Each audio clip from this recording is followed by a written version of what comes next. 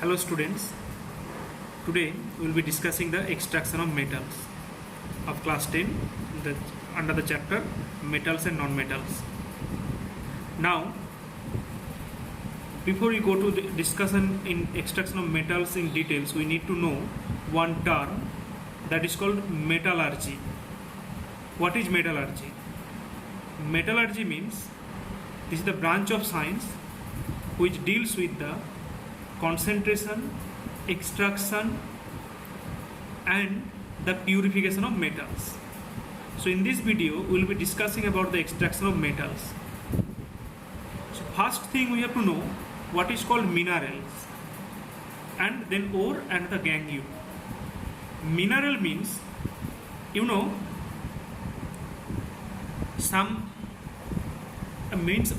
most of the metals are very reactive, and that's why they react with the oxygen and other substances to form compound. And when they form compound, that time what happened, that they remain actually stored in the earth crust. When they remain stored in the earth crust and some impurity mixed with them, and as some impurity mixed with them, and this impurity mixed compound of the metal is known as minerals. And then what is ore? The ore is the minerals from which a specific metal can be extracted profitably and suitably and in a convenient way. Means which do not contain any objectionable impurity which can hamper the extraction of the metal.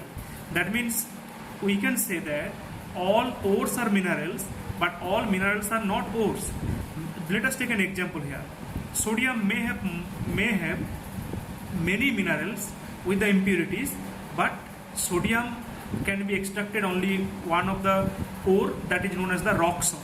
That means this rock salt do not contain any objectionable impurity which can hamper the extraction procedure. So ore is a mineral, but all minerals are not ores. And the impurity present in the ore is known as the small amount is known as the gangue. And this gangue or the impurity has to be removed from the ore. Otherwise the metal extraction will not be possible. Then how can we extract the metals? For the extraction of metals are classified into generally three categories: highly reactive metals, low reactive metals and the moderately reactive metals. So first I will be discussing here how can we extract highly reactive metals from its ore. Generally the procedure is used here, that is called the electrolytic reduction procedure. In electrolytic reduction, what happened there? In electrolytic reduction procedure, it happens that metal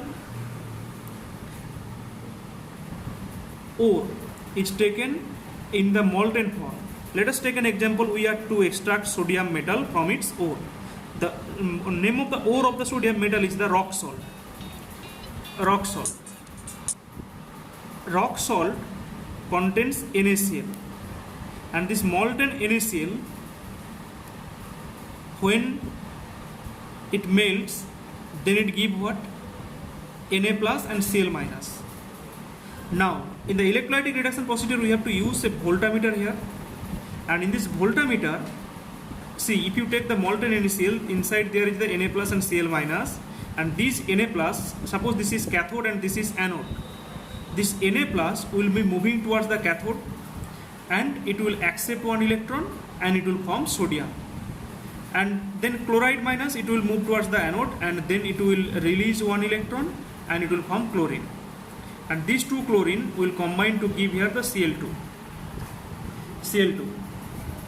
Similarly, aluminium can be extracted from its ore, that is called the bauxite, and which formula is the Al2O3, etc. But remember it, here in the extraction of sodium metal we have to take here the molten NaCl, not the aqueous solution of NaCl. If you take the aqueous solution of NaCl, then what will happen? NaCl, it will also give what? Na plus and Cl minus. But water also will give what? H plus and Cl minus, OH minus. But as soon as the sodium will form, that sodium will react with the sodium water violently, and there will be explosion. Now, another thing we have discussed here, that is that means see the means highly reactive metal are extracted by electrolytic reduction procedure. Then how the moderately reactive metal are extracted? Moderately reactive metal are extracted by the carbon reduction or by the aluminium reduction. Generally, before extracting this moderately reactive metal, we have to use two procedures. One is called the calcination, another is the roasting. Here, before we use the carbon or the coke for the reduction, generally the means metal ore has to be converted into the oxide. So there is the two procedure for the conversion of metal ore into the oxide. That is, one is the calcination, another is the roasting. Calcination means this is the conversion of the carbonate ore to the oxide ore by strong heating in absence of air or in the limited supply of air. Let us take an example. Zinc, it has one of the ore that is known as the zinc carbonate. And this zinc carbonate, see, for extraction of the zinc, and this ore name of the ore is the calamine. Calamine is the ore of the zinc, and this calamine, when it is heated in absence of air, it will give here the zinc oxide and carbon dioxide, and this is the oxide. That means the conversion of the carbonate ore into the oxide ore, is known as the by heating in absence of air is known as the calcination. Then what is roasting? Roasting is the conversion of sulfide ore into the oxide ore. So here zinc sulfide, when it will be reacting with the oxygen, and if we heat it, then it will be giving here the zinc oxide and sulfur dioxide. That means this conversion of sulfide ore into the oxide ore is known as, in presence of oxygen and strong heating, is known as the roasting. So before we proceed for the carbon reduction, we have to do one thing. We have to convert the carbonate and the sulfide ore into the oxide by the process of either calcination or by the process of roasting. Now, what will happen, that after conversion of the oxide, let us take here the zinc oxide. Then if it heated with the carbon, what will it give? It will give here the zinc metal and carbon monoxide. That means then the carbon reduction has to be done. Again, see, if we take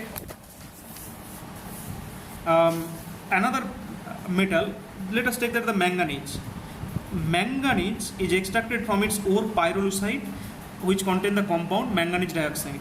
Remember it, manganese cannot be extracted by the carbon. So here what we have to use? We have to use here aluminium powder. And this aluminium powder, when it is heated with the pyrolusite, then it will give here the Al2O3 and manganese and also large amount of heat will be produced.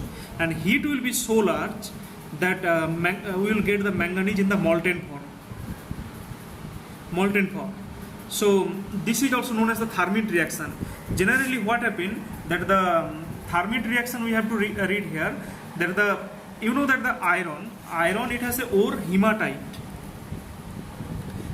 which contain the compound Fe2O3, and this Fe2O3, when it is heated with the aluminium, and then it will be giving here the Al2O3 and iron, and this Al2O3 and iron, and also large amount of heat will be produced. As the heat will be so large, that iron, it will be obtained in the molten form, and this is known as the Thermit reaction. And this Thermit reaction has an extensive use in the welding industry. Means to join the railway tracks, cracked railway tracks, to actually join the broken machine part, this reaction is used. What happened there? If we want to join the cracked railway tracks, suppose these are the cracked railway track, this is the crack. What will happen there? Iron Fe2O3 and aluminium powder will be heated strongly. Then what will happen? As you will heat it strongly, then iron will be produced here, and this produced iron, it will be in the molten form, and this molten form will fill this part, and when it will be cooled down, then it will solidify.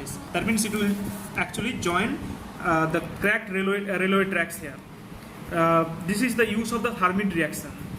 Now, how we can extract the low reactive metal?